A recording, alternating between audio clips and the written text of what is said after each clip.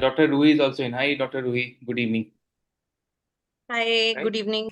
Good evening, everyone. On behalf of the International Association for Integrated Oncology, IAIO, I warmly welcome you all to today's insightful webinar on lung cancer. We are honored to have an esteemed panel of experts with us today who will share their knowledge and clinical experience in this evolving field of oncology. Third session, Dr. Ruhi Kumar would be presenting that. So over to Ruhi. A very good evening to one and all. Thank you to IAIO for inviting me, and thank you, Dr. Uddiptya, for having me present this topic. And initially, when he had sent me this topic, I was a little worried as to what I would talk about. So I'll just share my slides. I'm going to be talking about metastatic large cell neuroendocrine carcinoma lung. So should we treat it like a small cell lung carcinoma or should we treat it like non-small cell? It's basically like Po in Kung Fu Panda having a identity crisis with two molecular parents, and we now want to see who should we treat like. And so I want to start with large cell neuroendocrine carcinoma. First of all, we see lung cancer so frequently in our practice. It's the fourth most common cancer in India as per the latest Globocon data, and it is the second most common in men. And but the large cell neuroendocrine carcinoma type accounts for 2 to 3%. So how many of us have seen this subtype in our setting in our daily practice? So in fact, I had one patient recently. I'll get into that soon. So large cell neuroendocrine carcinoma is basically large polygonal cells with moderate to abundant cytoplasm. IHC is usually what we use to guide our treatment strategies, and they have TTF1 positivity, and neuroendocrine markers are positive, synaptophysin, chromogranin A, and Ki67 is high, around 40 to 60%. What we have to see is it shares a lot of neuroendocrine markers with the small cell subtype. So historically, we know that we treat it like a small cell lung cancer. So also this large cell subtype can be a subpart of adenocarcinoma as well. Sometimes it behaves like a non-small cell lung cancer. And just 1 second. Yeah, so non-small cell lung cancer. So where the CK7 and CK19 was positive. So I had a patient recently where CK7 and CK19 was positive, but all the other markers were negative. TTF1, napsin A, P40, P63, and synaptophysin, chromogranin A. So we treated like a, so I went back and discussed with my pathologist, and they said that it looks like a large cell type. So what we want to see is whether it's a neuroendocrine type or non-neuroendocrine type, which will also affect our treatment strategy. So historically, it was large cell neuroendocrine carcinoma was historically treated like a small cell lung cancer, and it was one treatment strategy to fit all. But now, as we move on to the precision oncology era, we know that's not true anymore. So each LCNEC is different. Again, it consists of 2 to 3% of all the lung cancers. It's a WHO high-grade neuroendocrine carcinoma. Median overall survival is very poor of metastatic disease, which is often less than 1 year, and treated like SCLC. And molecularly heterogeneous, it is very heterogeneous subset of cancer, and it's a biologically split disease. So our key question is, what is the genomic landscape? Is it SCLC-like, where the key genomic alterations are TP53 loss or mutation, RB1 loss, MYC amplification, SOX2 amplification? Do we have this DLL3 overexpression? And we all know we have a target against this. I'll come to that. And or is it non-small cell-like, where the typical genomic alterations are the KRAS mutation, STK11 mutation, or the KEAP1 mutation, PD-L1 or any of the subsets that we know and love, like EGFR, ALK, and ROS. So LCNEC is not a single disease. I think we're in this era of precision oncology. We all know that we are finding out that we cannot just label every disease the same way. So we are at a molecular crossroads with this disease, and genomic profiling is extremely essential to guide our treatment decisions and clinical trial designs. So what are the differences when this LCNEC behaves differently? When it's small cell like, the molecular and genomic alterations are different. As I just mentioned, it's neuroendocrine type biology. It's DLL3 enriched, and the platinum etoposide therapy has a better response. And the NSCLC like has a different genomic alteration. It has a very mixed biology, and this type of disease benefits more from paclitaxel or a pemetrexed based regimen, depending on the guided by the molecular markers. So based more than histology driven, we are moving towards a biology driven treatment. And this landmark paper of how this is a diverse disease was done by this Dr. Natasha Rechtman.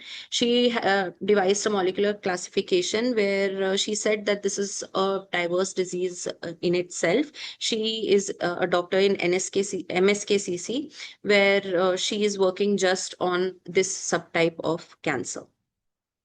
So what does the data say? What is the data that we have? So as we all probably guessed, there is no definitive phase 3 randomized LCNC specific data, and evidence is largely retrospective, cohort based, extrapolative, and the molecular stratification is increasingly guiding our treatment decisions. So depending on which way the biology is leaning, that's how we tend to choose our treatment strategies. And that's how it gives a better survival advantage as well. So one regimen for all is probably not the best strategy anymore, and we should leverage the NGS and all the techniques that we have in our hands right now. So why should immunotherapy work at all? This table is extremely important because immunotherapy makes sense in LCNEC because there is a high tumor burden. So high tumor burden means it's a immunologically active tumor, and hence our treatment strategy against it. And smoking associated mutational burden is also high. PD-L1 is variably positive, but as we all know, PD-L1 is not a perfect marker. And neuroendocrine tumors may still respond despite low PD-L1. So again, PD-L1 not a very perfect marker, an imperfect marker. So there are retrospective studies which show meaningful responses to IO strategies and activities seen both in chemo plus IO and later line IO strategies, and responses may resemble small cell lung carcinoma more than non-small cell, but again, it's not one size fits all. So IO is increasingly getting integrated in this subsite of cancer as well, which is smoking related, genomically unstable, and potentially immunogenic. Since we don't have any direct data from phase 3 randomized studies, we have a lot of extrapolation data where we live in two parallel worlds, leveraging the landmark practices in SCLC-like data, where there is atezolizumab, durvalumab, and in these tarlatamab, DLL3 targeted agents, which are highly promising with the overall objective response rates of 40 to 50% with the duration of responses of 7 to 11 months. And non-small cell like strategies like pembrolizumab plus chemo, and atezolizumab, durvalumab, nivolumab, ipilimumab combination. And now there are these drugs, serplulimab and tislelizumab, which have entered our market. These are the Chinese molecules, and they are more relevant to us since it is financially more accessible to the patient currently. Of course, nivolumab is now accessible as well, but these are more financially accessible to our patients. We are spoiled for choice in NSCLC first line. There's durvalumab studies, there's serplulimab, tislelizumab, atezolizumab, single IO combination or IO CTLA4 based combinations. And like I mentioned, the Chinese molecules are doing well. And personally, I've had some experience with giving sertlulimab, and it is doing really well in our real world setting. So how do I approach if tomorrow I see a patient in my OPD with metastatic large cell neuroendocrine carcinoma? What do I do? My first strategy would be to get an NGS early. And I'm sure we are all doing this in our practice. And an NGS is an extremely important piece of paper. It's like the dragon scroll in Kung Fu Panda, which is like which guides us to figure out what we should do next. Again, this is an SCLC like strategy: platinum etoposide, adding an IO, considering targeted therapies which are under trial. Under ongoing trials, or an NSCLC like strategy with platinum doublet plus minus IO, and any if or any targetable mutations are there, so we can go ahead with that.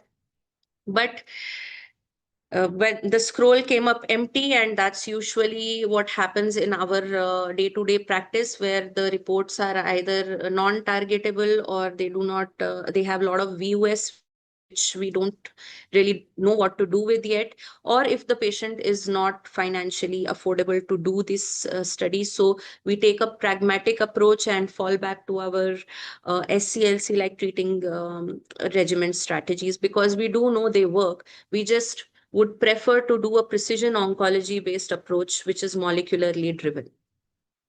So what do the guidelines say? Current guidelines, ESMO, NCC and NCG guidelines, what do they say? There is a huge evidence gap in this subset of lung cancer, which is large cell neuroendocrine carcinoma, because we don't have any prospective phase 3 randomized trials. That's also because we have very less number of patients in our setting. And platinum etoposide is the widely accepted backbone, which is extrapolated from the ES-SCLC data.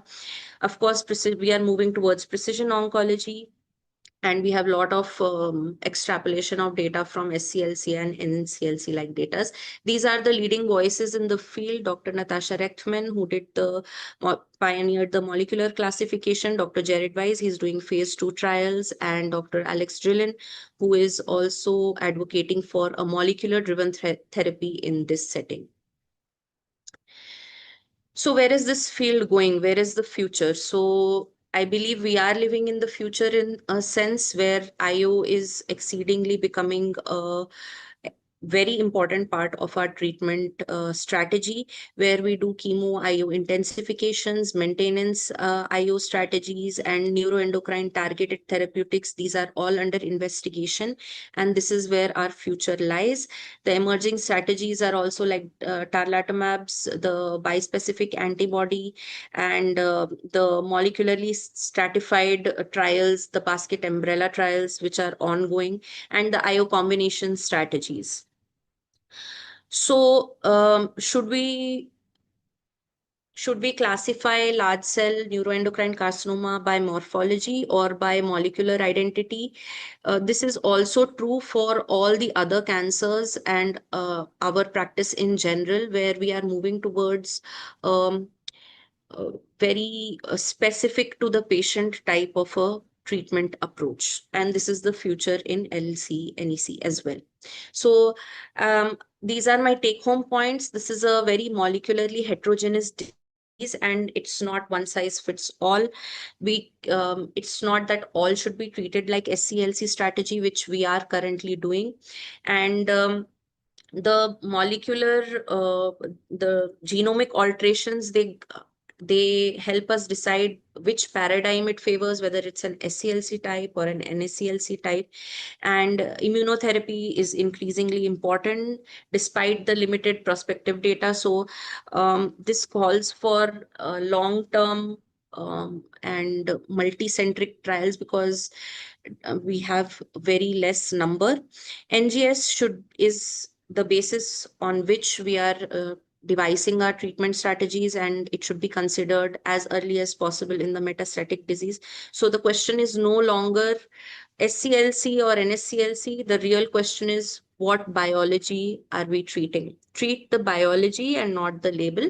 And that's where we are moving towards next. So like Po, we will compromise on learning from both our molecular biological fathers. So thank you so much. And thank you once again for the organizers for having me be a part of this wonderful talk beyond NSCLC.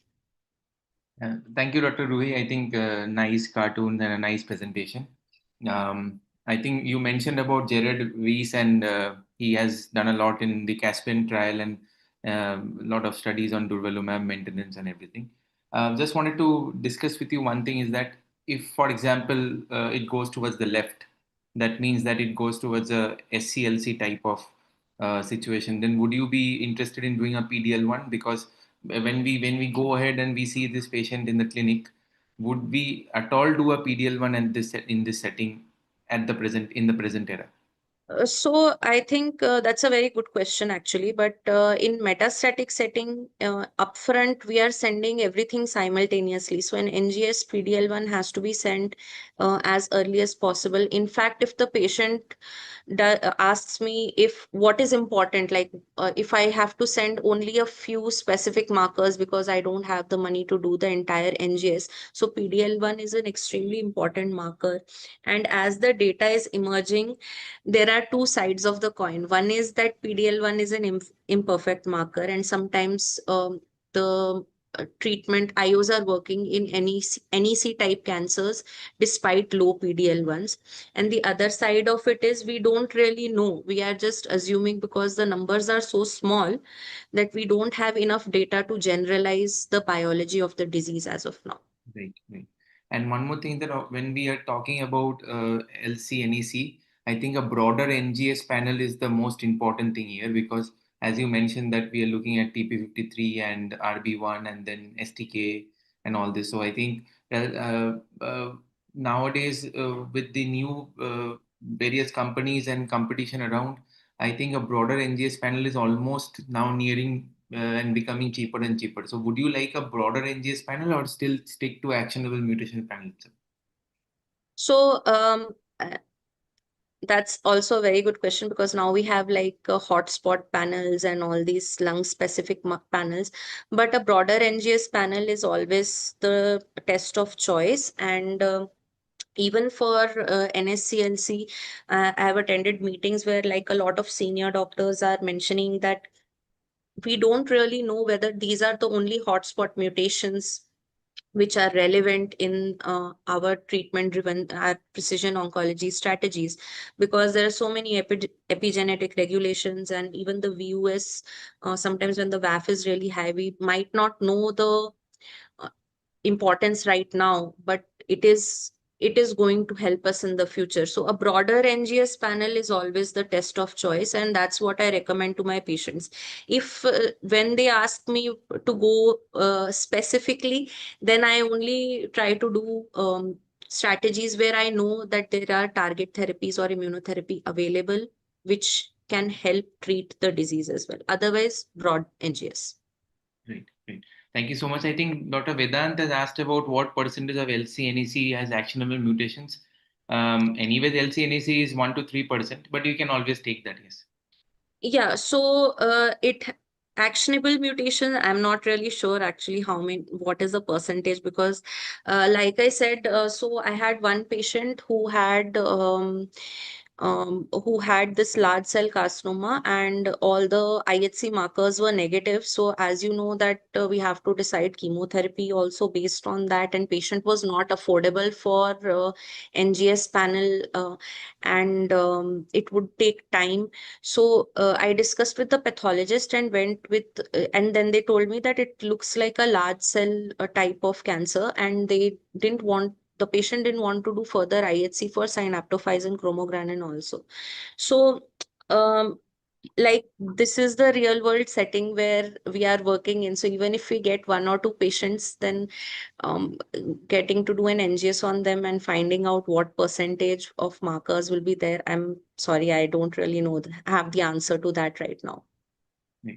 But thank you so much, Dr. Ruhi. I think it was excellent. Thank you for making time. And as I told in the initial part also, that it was a tough thing that we had decided to do beyond NSCLC. I felt like my these topics are, although they are very beyond NSCLC, I think my specific topic did not have any direct data.